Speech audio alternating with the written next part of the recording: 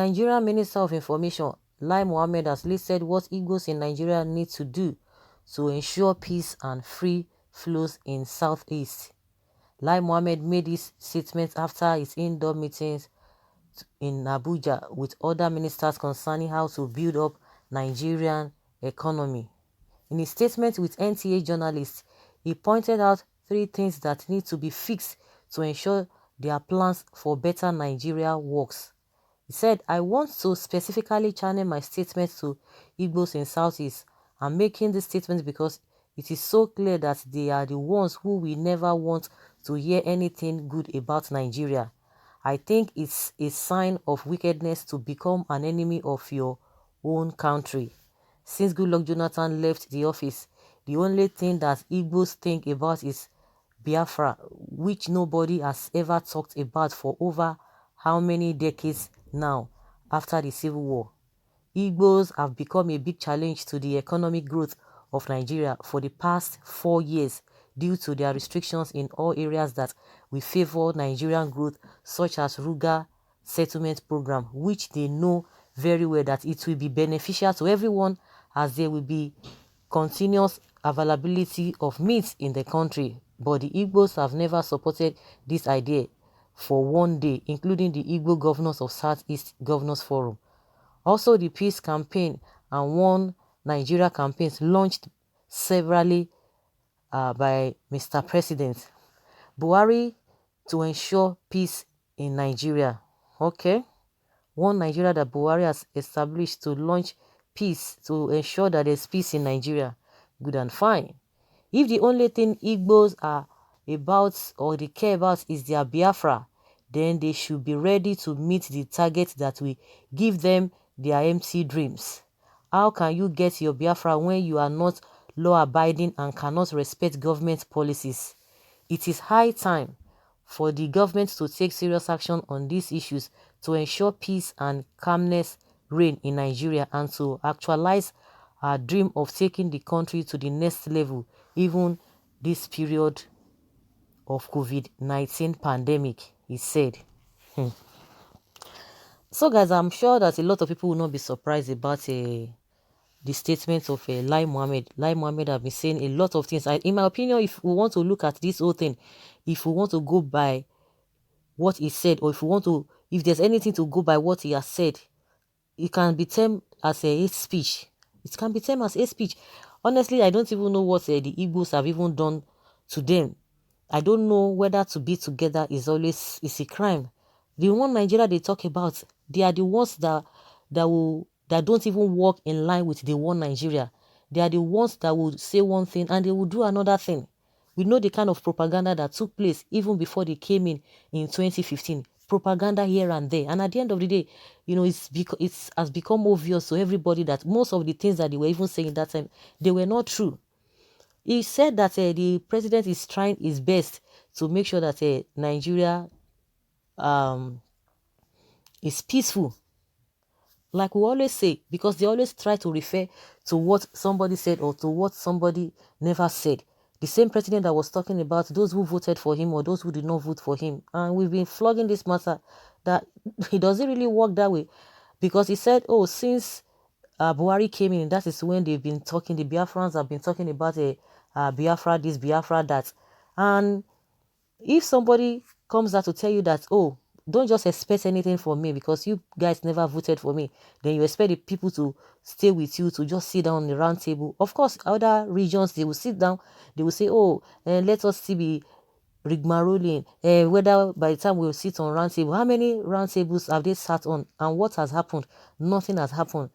One thing that baffles me, that hurts me most is this issue of Esme. It's hurts me very deeply that whether that is why they are keeping quiet, that is why the government is keeping quiet, they will never said anything.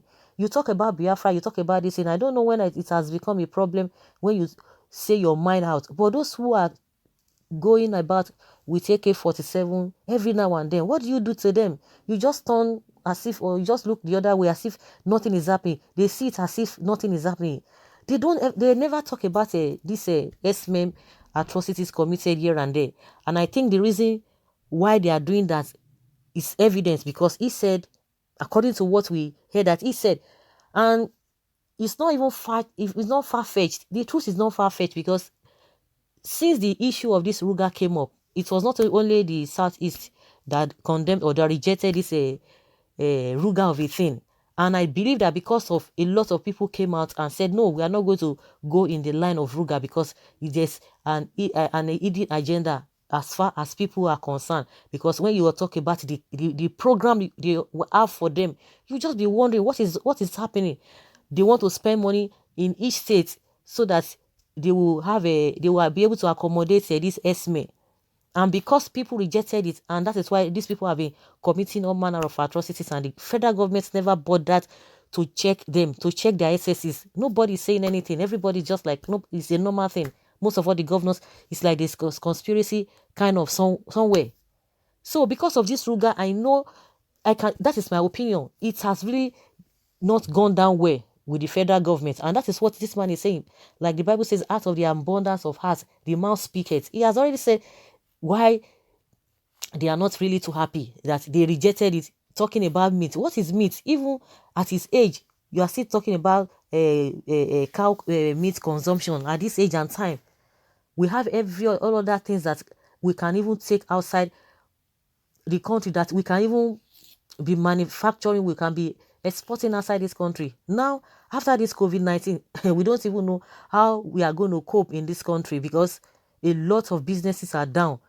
The only whatever product we engage on, that we embark on, we always rely on. The price has crashed totally. It has really crashed. So where do we fall back to? So if somebody is not telling us about meat, about non-meat, is that what we are going to be exporting outside the country? Even if it's going to be like that, what are the things in place?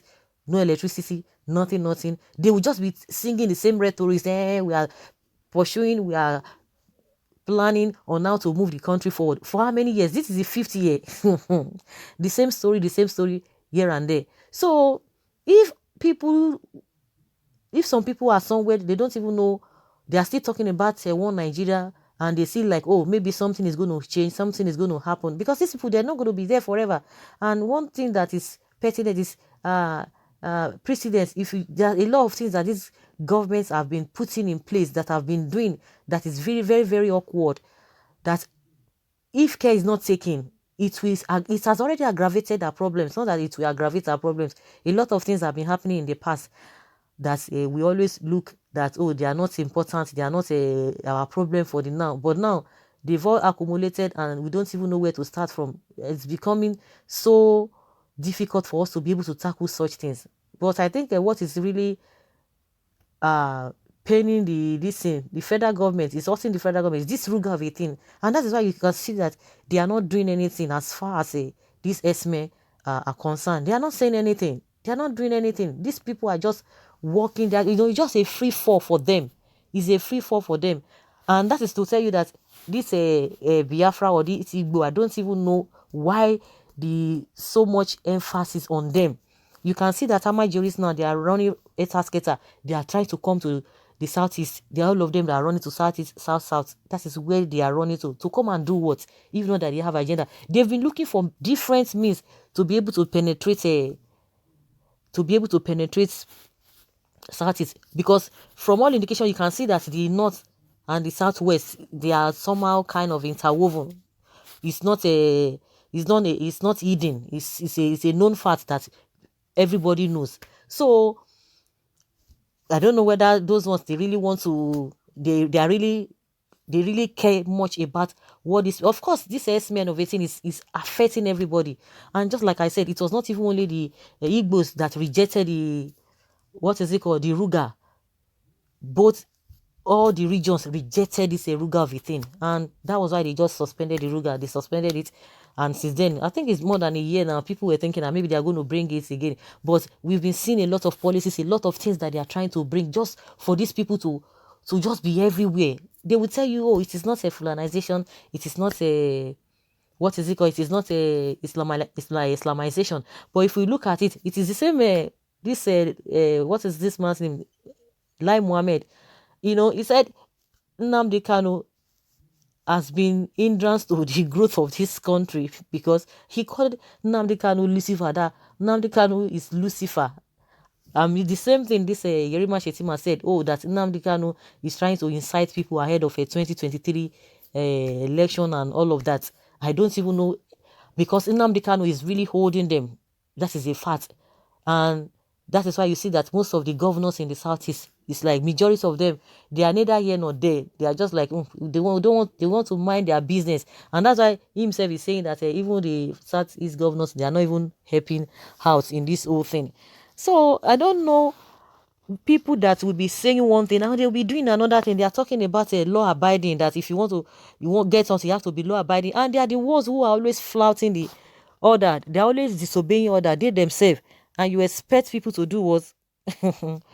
to follow rules and regulations. So if they follow rules and regulations, they will be able to get what they want, because before now they've not been talking about this Biafra, but as soon as Buhari came, then that means there's something wrong somewhere. So guys, let us hear your opinion. Leave your comment below. Let's have your take.